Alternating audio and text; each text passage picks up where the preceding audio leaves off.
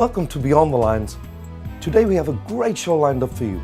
I'm here at Wine Connection in Sukhumvit 47 and I'll be talking to American crime fiction thriller writer Tim Hallinan. Let's get scared.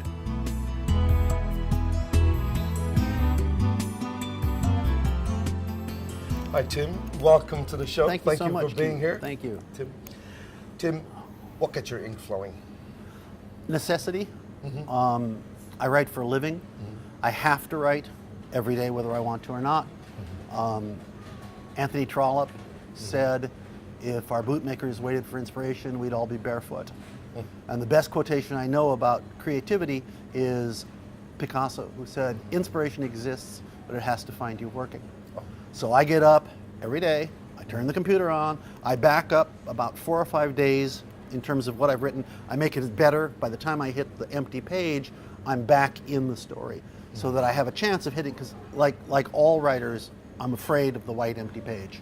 So this gets me into it slowly. The blank spots. Yeah, the blank, like exactly. Terrifying. Making the first footprints in the snow is always scary. It's kind of like opening one of your books. You just don't know what you're going to get. It terrifies me sometimes. Tell me about your connection to Thailand. Well, I first came here in 1981. I had been in Asia, I'm not going to name the country, on the worst movie ever filmed. And I didn't want to stay there, so I called my travel agent and said, send me someplace where it's warm and I don't need a visa.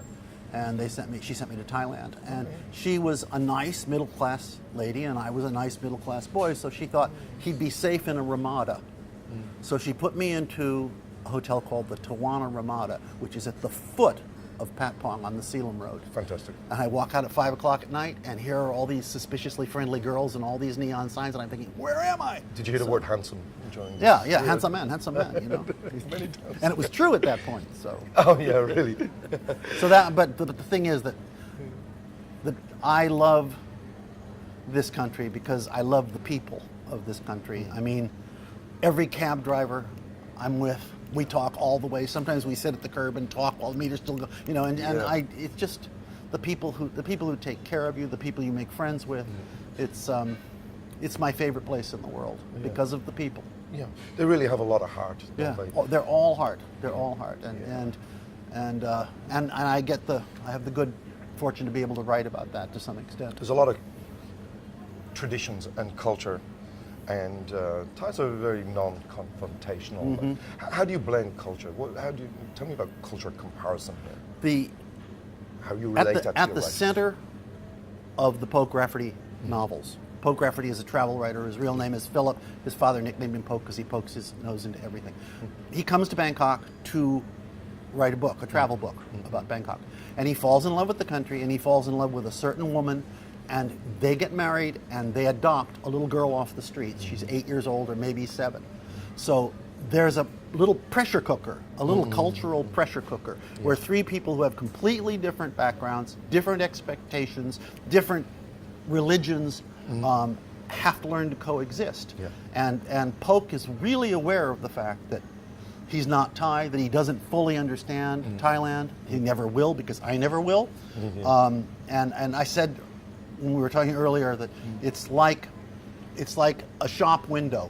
Here's Thailand, here's the glass, and he's like this, trying to get through the glass. Even being married to a Thai, he's still not through the glass. Yeah, there's a lot of layers. Yeah, there's a lot of layers, and you know, as I think it's Christopher Moore says, there are 17 different Thai smiles. You know, and I've learned to distinguish maybe 4 of them. You know, I don't know whether that's true, but that's what Chris has. Yeah. It's possible. I do believe there's a lot. There's a lot of do's. There's a lot of don'ts. Tell me about your Thai series. The idea always was, okay, here's how it happened. New Year's Eve 2002, I had taken a couple years off writing to make enough money so I didn't have to do anything except write. And I was now on the edge of being able to do that. And New Year's Eve 2002, I walked through Bangkok, and I wound up down in the poorest areas of Hong Thai. And everywhere I went, people came out and talked to me, and they shared food with me. It's like, look, the classic definition of communism. They don't have anything and they want to share it with you. And I thought, why doesn't anybody write about this? And immediately I thought, someone does. He's an American travel writer. And then I thought, this is my next book. And then I thought, he's got to be married so that people don't think he's in Bangkok for the reason that a lot of guys come to Bangkok. Yeah. So he's married, and then bang, I had met a little girl, a little street girl, and she became their adopted daughter. I met her when she was 7. So she actually exists. She exists, and her name actually is Meow, which is her name. I don't know where she is now. Can I tell this story? It'll take about 2 seconds. Absolutely, yeah, I'm sure. I was writing a book, one of my other books, in a restaurant on Patpong in the daytime. And I become aware that I'm being watched, and I look up, and here's a little girl like this on the outside. She's filthy, absolutely filthy, but the part in her hair is completely straight. She's got control of one thing. It's the part in her hair, and she is controlling it. So I looked at her, and she ran away.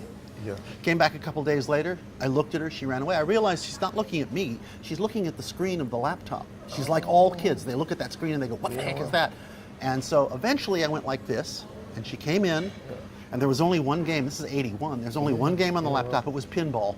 I set it up.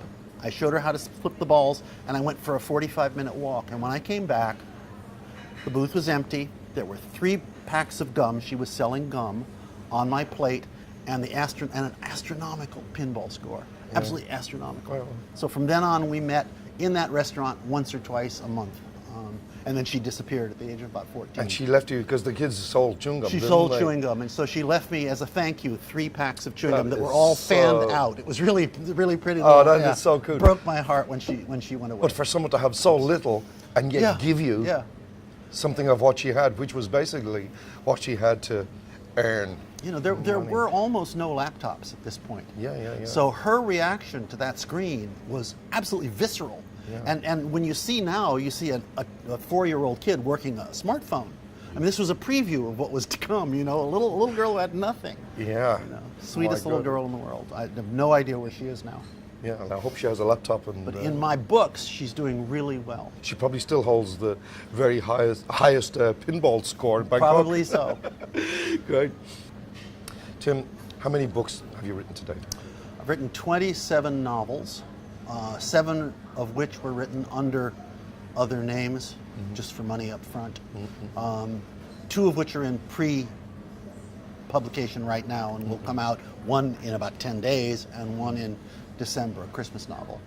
And I've also edited a bunch of short story collections, my favorite of which is called Shaken Stories for Japan. I got 30 writers within literally the day after the tsunami in Japan in Fukushima to write short stories and give them to me, and we put it online in 3 months to the day, and 100% of the money, even Amazon's share, they even gave their share, went straight to the Japan America Foundation. It raised more than $100,000 for relief on the ground in That's Japan. incredible. So, yeah, writers, you know, mystery writers are really generous people. Yeah, that's good. Really, really nice people. It's amazing to know that people have come together for such a tragic event. I didn't get a single no. Yeah. I asked 30 writers, I got 30 yeses. The one I got the 31st said I don't know how to write a short story. Oh, that's So nice. there you are. Just He'd wanted to he'd only written contribute. novels. Yeah, he'd only written novels, but there you are. So he wrote the introduction and helped design the cover. So everybody said yes in one way or That's another. incredible. That's Yeah, it was incredible. great. It was great. What book have you read and reread more than any other book? This is kind of a cheat because it's 12 books. It's Anthony Powell's series, A Dance to the Music of Time, that begins with 4 putatively upper-class schoolboys. One of them actually isn't. He's a scholarship student. And follows them through 45 years. Powell wrote one every 3 years, the same way that Dickens wrote a chapter, and it was published, and he was stuck with whatever he'd written. He couldn't go back and fix it. And ends with them old men and England radically changed. And when the first 3 books of that series were published as a single hardcover called Spring, and then there was Summer, Fall, etc. And I was having a major identity crisis at the age of about 24, and I read that book, and it put everything that had happened to my friends and me into perspective. So I've read Powell, I've read that whole series probably 5 times. Incredible. Yeah. Just great writing. Very polite, but very uncivilized in a lot of ways. Very savage in a lot Very of ways. raw. Yeah, but right. raw with gloves on. Oh yeah. You know, Okay. except for the villain. Okay. It's just wonderful. If there was a book written that you've read, do you ever think, wow, that's a great book, I wish I'd thought of that? What would that book be?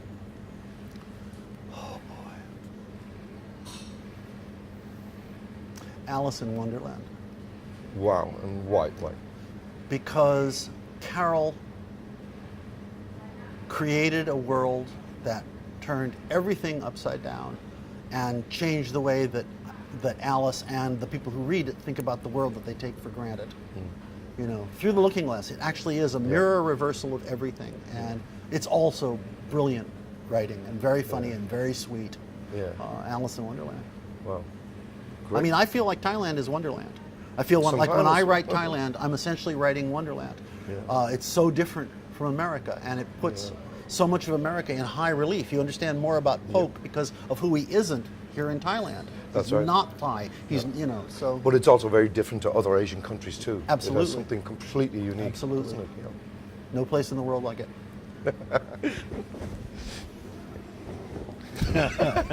So how do you stay creative? Boy, that's a hard one. I write 7 days a week, and almost all my ideas, aside from something like a title, King Maybe, come to me either when I'm writing or in between writing sessions. Yes. If I don't have characters moving, I don't get story. If I don't sit down, essentially blindfold, I mean, there's no trail to follow, Yeah. and plow in to something, then I don't know what. When you write a plot, a plot is essentially just a process of change. The end of a book, something is very different than it was at the beginning of the book. As you move through the book, that change accumulates behind the characters. It's like a wind blowing them forward, and you don't get that unless you've written 150 pages, 75 pages. Yeah. So, I'm creative because I have to be, because it's the way I am anyway. I'm a terrible liar, and that's something that I do when I fictionalize too. Actually, writing books is an excuse for not lying as much as I used to. Well, yeah, okay. That's a good idea. When you're writing, do you listen to music? Nonstop. I have my iPhone by a company we shall not name has 1,000 albums on it. Wow. I have the best earbuds in the world. They're not expensive. They're made by a company called Rain, and they're about $40, but they're wood. Oh. There's no plastic, so you get the kind of acoustics that you get in a wooden that's conference great. hall. Yeah, interesting. And I write. If I'm writing women, I listen to mainly women. If I'm writing action, I listen. There's a long sequence in this one, adventure sequence in this one, where someone's in the water surrounded by sea wasps and she's got to get to shore. And I used Ravel's Concerto for the Left Hand, which is just totally percussive and spooky and scary. And at the end of every book, I talk about what the music is that I use to write it, and I invite people to suggest new music to me. I get 150 pieces of fan mail a week because people are trying to suggest new writing, new music. Yeah, that's For me to fantastic. listen to, and I discover a lot of great music that way. Interesting. It's always interesting to know what a writer would listen to writing a certain type of book or be inspired by. You know, it supplies, it's an energy source for me, and it reduces the anxiety, because there's always I'm always anxious, except when I'm actually picked up and I'm just trying to get it all down as fast as I can. It's like you'll write along, and all of a sudden it's as though a window opens behind you and something comes right through the window and through you, and you know where you're going for the next 30 pages, 40 pages. You just get it as fast as you can. That's when rhubarb is really valuable, because you don't want to lose that impulse. You don't want to slow down because, no, she didn't pick up the drink in her left hand. Who cares? Rhubarb, and just keep moving. Yeah, okay, keep going, keep it flowing. Keep it flowing. Advice for writers starting out, What does Tim Hallinan Okay, think? write, read. That's it. That's Write it. every single day, read every single day. You'll learn more from writing and reading. Don't read books about how to write novels unless they're written by an actual novelist, okay? Yeah. And there is one called Bird by Bird by a wonderful American novelist named Anne Lamott. Read that one. Don't read any other ones. There are no rules. Okay. Okay? You got to write every day, because otherwise you're not going to get your chops, you're not going to finish. You got to read all the time. Do not wait for inspiration. Okay. Inspiration is nonsense. It comes when you're working. Okay. You know, you sit down every night and play, and you start out relatively okay. I'm doing this. And 10 minutes in, you're completely in a different space. You know, Yeah.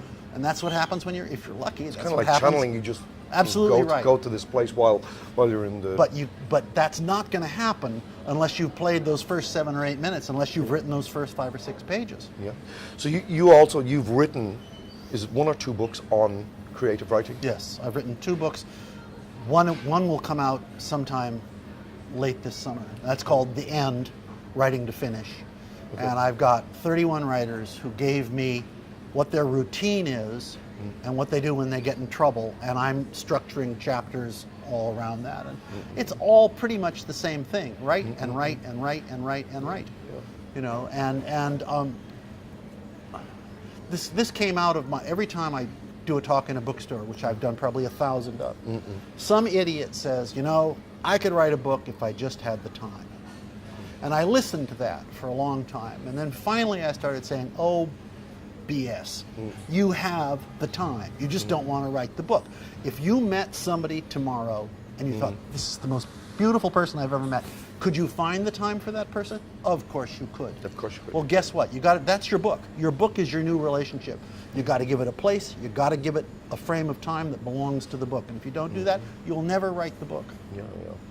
You got to put the work in. You got to be sitting there working. Inspiration exists, but it has to find you working. Single best thing I know about creativity. Tim Hallinan, Okay. thank My you pleasure. so much for being on Totally this my show. Pleasure. Thank you. Thank you for watching, and we'll see you again, and look forward to your next book. Great. Me too. Thank you for having me. I really You're welcome. appreciate It's it. been a pleasure. Okay. Thank you.